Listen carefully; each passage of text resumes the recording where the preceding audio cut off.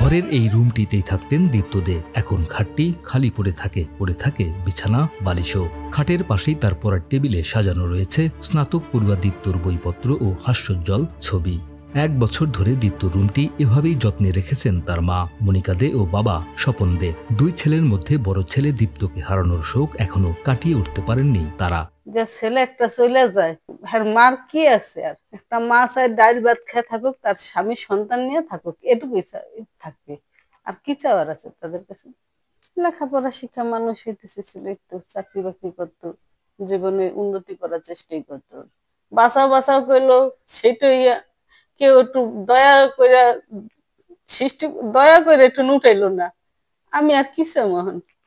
এখন আমার ফ্যামিলি নিরাপদে ভাবে থাকুক।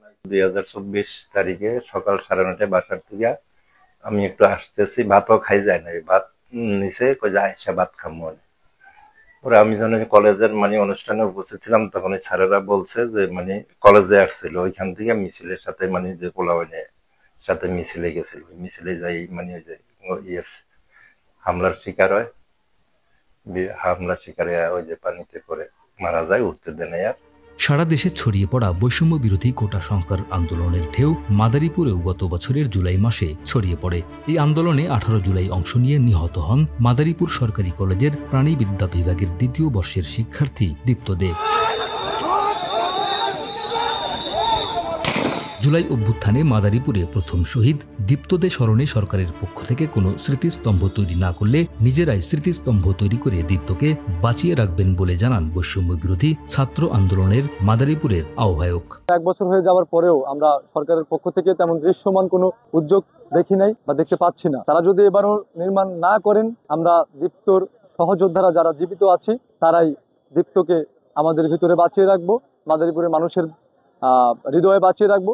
সেই লক্ষ্যে স্মৃতিস্তম্ভ বা স্মৃতি প্রতিফলন আমরা তৈরি করব।